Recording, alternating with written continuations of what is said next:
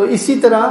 ہر انسان کو جو ہم اللہ کے بندے ہیں اور اللہ تعالیٰ کی طرف سے مل رہا ہے، جتنا مل چکا ہے، اس کے بارے میں ہمارا رویہ یہ ہونا چاہیے۔ اپنی زندگی میں ہمیں جو کچھ اللہ نے دیا ہوا ہے، جو جیسی زندگی دی ہوئی ہے، جتنا مال دیا ہوا ہے، جتنی عزت دی ہوئی ہے، جیسی بیوی دی ہوئی ہے، بیوی کو جیسا شوہر دیا ہوا ہے، باپ کو جیسی اولاد دی ہوئی ہے، جیسے بھائی دیے ہوئے، جتنی نعمتیں ہیں، جیسے پڑوسی دیے ہوئے ہیں، جیسا کاروبار دیا ہوا ہے، جو بھی چیزیں، جو بھی نعمتیں ہیں، جو اللہ نے کوئی کام عطا کیا ہوا ہے، جو نعمتیں دی، اس کے بارے میں کبھی کمی بھی محسوس ہوتی ہے نا، کسی دوسرے کو دیکھا اس کے پاس زیادہ ہے۔ یہ وہ چیز ہے جو اس آیت میں بتائی گئی ہے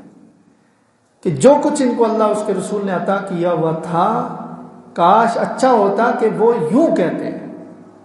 سب سے پہلے حسبنا اللہ۔ کب؟ جب کوئی کمی نظر آتی نا تو مایوس ہونے کے بجائے، طعنہ دینے کے بجائے فوراً ان کی نظر اللہ کی طرف جاتی،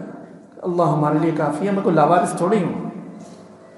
اللہ نے دیا ہوا ہے نا، ان کو اللہ نے دیا ہوتا ہے، میرے لیے بھی اللہ کافی ہے، یعنی اللہ مجھے فراموش نہیں کرے گا،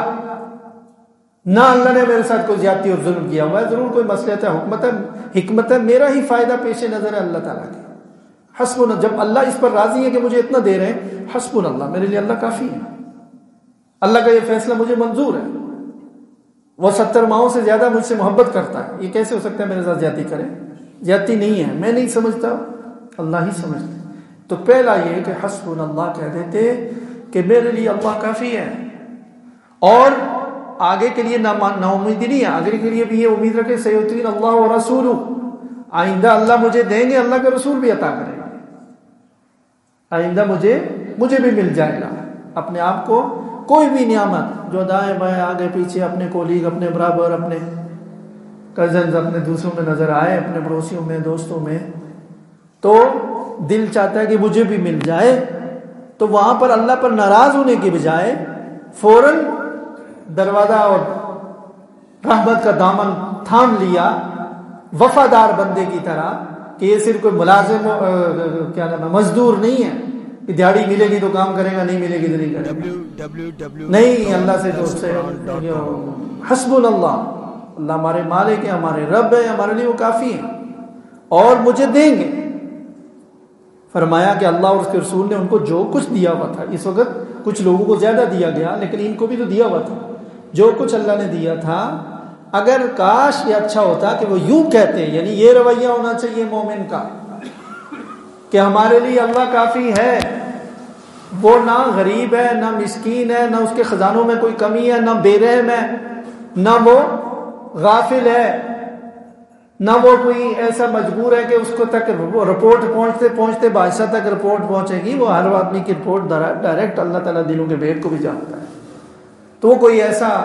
کسی دور دراز کے محلات میں بیٹھی ہوئی ہستی نہیں ہے کہ جس تک ہماری خبر ہی نہ پہنچے، نہیں، ڈائریکٹ مجھے دیکھ رہا ہے، مجھ سے زیادہ مجھے جانتا ہے، حسبنا اللہ۔ تو رویہ یہ ہوتا، کاش جو کچھ اللہ اور اس کے رسول نے ان کو عطا کیا ہے اس کے بارے میں ان کا رویہ یوں ہوتا کہ اللہ ہمارے لیے کافی ہے، اور آئندہ اللہ اور اس کے رسول ہمیں عطا کریں گے، اور انا الی اللہ راغبون، یہ ہے کہ ہم تو صرف اللہ ہی کو چاہتے ہیں، چیزوں کی وجہ سے، دنیا کے مال و دولت، دنیا کی نعمت، دنیا کی ان چیز، وہی میں نے کہا کہ مزدوری والا تعلق اللہ سے مت رکھے مومن۔ یہ ہے کہ اللہ آپ کو کپڑے چاہیے، آپ کی رضا کے لیے میں یہ بھی دے دوں گا، میرا مال چاہیے میں یہ بھی دے دوں گا، میری نیت چاہیے میں وہ بھی دے دوں گا، میرا محنت چاہیے میں آپ دے دوں گا، اور یہاں تک کہ جان چاہیے تو اللہ میری جان بھی آپ کے لیے حاضر ہے۔ یہ ہے،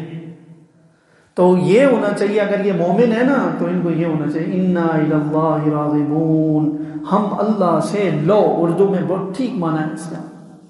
لو لگانا، یعنی ہمیشہ لگاوٹ جس کے ساتھ ہے وہ صرف اللہ کی ہستی ہے۔ یہ تو چیزیں ہیں بھائی،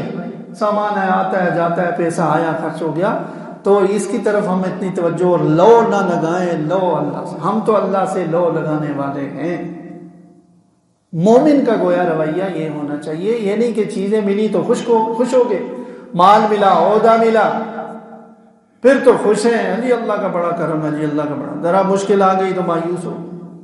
یہ مزدوری والا تعلق اللہ سے نہیں ہونا چاہیے مومن بندے کو.